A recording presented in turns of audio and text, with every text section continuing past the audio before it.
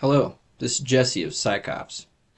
I have some very troubling news that unfortunately I don't see anybody else covering. So we're going to take a look at it because it seems like everybody is so distracted by what Trump might do or what's going to happen with Diddy or World War III, but they're not looking at the overall agenda that's playing out right in front of them. So this was put out by the White House on October 24th, 2024. You can find it at whitehouse.gov. It's called Memorandum on Advancing the United States Leadership in Artificial Intelligence, Harnessing Artificial Intelligence to Fulfill National Security Objectives, and Fostering the Safety, Security, and Trustworthiness of Artificial Intelligence. And there's a lot of stuff in here. I'm not going to read all of it to you, although I would take a look at it because there are some really concerning issues in here. But just to give you kind of an idea, it talks about how the United States government must harness powerful AI with appropriate safeguards to achieve national security objectives. Emerging AI capabilities, including increasingly general purpose models, offer profound opportunities for enhancing national security, but employing these systems effectively will require significant technical, organizational, and policy changes. So this is an obvious agenda that's been pushed very recently, just in this last month and a half. This also came out. It's from the Department of Homeland Security. You can find it at dhs.gov. This was released November 14th, 2024. It's called Groundbreaking Framework for the Safe and Secure Deployment of AI and Critical Infrastructure unveiled by Department of Homeland Security. Now, this isn't just an agenda that is coming out of the US government. This is a global project, and I'm going to show you kind of where it's coming from. So, these directives are partially coming from the World Economic Forum. They created in June of last year what's called the AI Governance Alliance. The AI Governance Alliance is transforming how artificial intelligence shapes our world. Our work goes beyond governance, driving innovation and practical impacts across industries.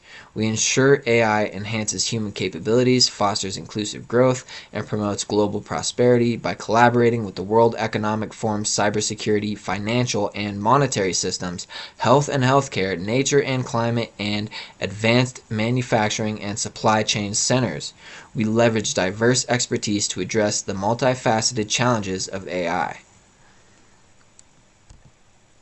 So yeah, like I said, this was launched in June of 2023 after the Responsible AI Leadership Summit, the AI Governance Alliance, led by the World Economic Forum Center for the Fourth Industrial Revolution, now comprises over 603 members from more than 463 organizations globally. So, the AI Governance Alliance, an initiative by the World Economic Forum Center for the Fourth Industrial Revolution, brings together top leaders from industry, government, academia, and civil society by promoting the development and deployment of AI systems. So, now this was from the United Nations. They released this about a year ago. So, right after the World Economic Forum created this AI Governance Alliance. And this video here is called Shaping Responsible AI Governance. It's the UN Chief's Address at AI for Good Global Summit. And we're going to take a listen to what he says real quick. Artificial intelligence is making headlines on a daily basis. And those headlines are not always positive. Even tech leaders and experts are warning of the potential dangers of AI, from the development and use of autonomous lethal weapons to turbocharging mis and disinformation that undermine democracy. But AI also has the potential for enormous good. Its powerful tools could drive forward the 2030 Agenda and the Sustainable Development Goals by making a massive leap in healthcare and eradicating diseases that affect millions, by transforming education and empowering people everywhere to build a better future. The AI for Good Global Summit, convened by ITU, It recognizes the joint responsibility of governments, the private sector, United Nations agencies, academia, and others to ensure AI reaches its full potential while preventing and mitigating harms. AI must benefit everyone, including the 1/3 of humanity who are still offline. Human rights, transparency, and accountability must light the way. We must urgently find consensus around the essential guardrails to govern the development and deployment of AI for the good of all. I look to the AI for Good Summit to continue to explore practical applications of AI that can advance the Sustainable Development Goals. These applications will complement the work of the high-level advisory body on AI that I am planning to establish, as well as the Global Digital Compact and preparations for the Summit of the Future next year. Together, let's spare no effort to harness the power of AI for good. So, for those of Thank you you. who don't know about the Summit of the Future and the Global Digital Compact, let me bring that up really quick.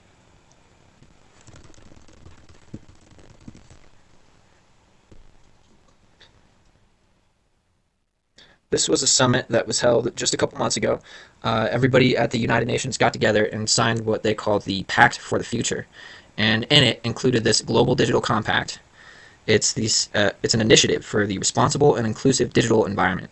But basically, it is a blueprint for how they are going to get us all onto this digital ID, which will, of course, be necessary for this global AI governance system that they want to usher in. Now,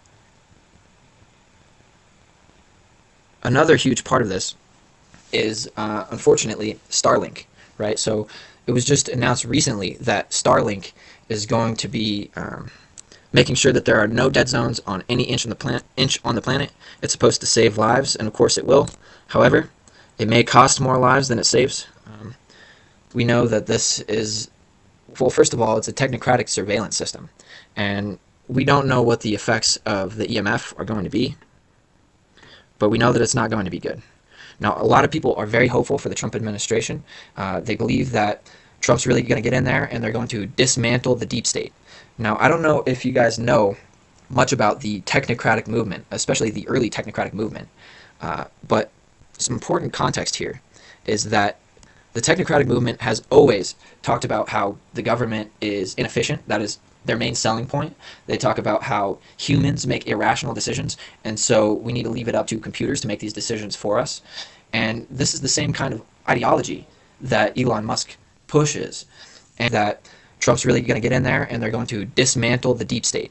Now, I don't know if you guys know much about the technocratic movement, especially the early technocratic movement, but some important context here is that the technocratic movement has always talked about how the government is inefficient. That is their main selling point. They talk about how humans make irrational decisions, and so we need to leave it up to computers to make these decisions for us. And this is the same kind of ideology that Elon Musk pushes. And it may not seem like it now, but just watch.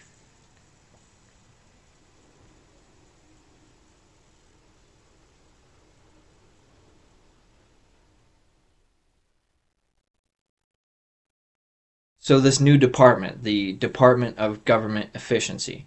Now, don't get me wrong. I completely agree with this idea that the government's completely inefficient, that they make irrational decisions, that it's a bureaucratic mess, and here's the thing is that if we replace it with this technocracy, it is going to ultimately enslave us and might even kill us.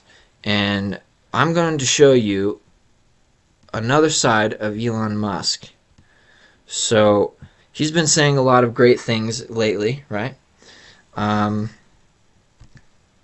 Speaking out against the New World Order, or at least he seems to be, right? That's what he appears to be doing. However, if you take a deeper look at his background and at his history, you're going to see a completely different picture. So, first of all, Doge, the Department of Government Efficiency, is obviously named after the cryptocurrency Dogecoin, right? But they want to transition us into this digital currency system, and one way to do that is through crypto. Now, I obviously am of the opinion that fiat is a horrible currency. I would rather use anything than something issued by a Federal Reserve Bank. But the problem is where this is all designed to lead, which is eventually to a central bank digital currency that will all be monitored by the government. Doge backwards spells e-god. This is not a coincidence. Now keep in mind, Elon Musk is a defense contractor for the Pentagon. He is creating the technology that is allowing AI governance to be enacted on the face of the planet. Everything from the Starlink satellites to the brain chip Neuralink that he wants to put in people's heads to the EV vehicles that he's creating, it's all designed to bring us into this technocratic system.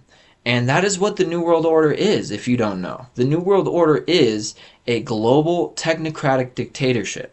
For those of you who don't know, now, if you doubt that that is what Musk is trying to do, let me show you this. So, Werner von Braun, right? He was a NASA scientist, but originally he was a scientist for the Nazi space program, because the Nazi Germany were the first to start developing rockets. It wasn't until after the war, during Project Paperclip, that we started hiring Nazi scientists and bringing them over to the United States. And one of the people that we brought over was Werner von Braun. Uh, and Werner von Braun became the head of NASA. And so that's how we ended up with our own rocket program. But it turns out that in 1953, Werner von Braun wrote a science fiction book. And that science fiction book was called Project Mars, a technical tale. Some people call it the Mars Project. But in Project Mars, he envisioned a Martian government with a leader elected by universal suffrage for 5 years, and its name was Elon. And so, is that just a weird coincidence that Elon wants to be the first one to go to Mars and all this? Well, I'm not sure. Well, that book was written in 1953. I don't think Musk was born until 1971. But you know who was alive back when that book was written was Elon Musk's grandfather, Joshua Haldeman. And Joshua Haldeman was actually the one who popularized technocracy back in the 1930s. He was a Canadian politician who played a significant role in the Canadian chapter of Technocracy Incorporated, a radical social and economic movement that emerged in the 1930s. They also pushed a social credit system. They had many technocratic ideas, the same kinds of things that you would see coming out of Bill Gates' mouth or the World Economic Forum. It's the same agenda. And I had almost forgotten to mention that Musk had recently tweeted out, this was, I guess, November 23rd he posted this. Meanwhile, some idiots are still building manned fighter jets like the F-35. And he's showing a bunch of AI-powered drones.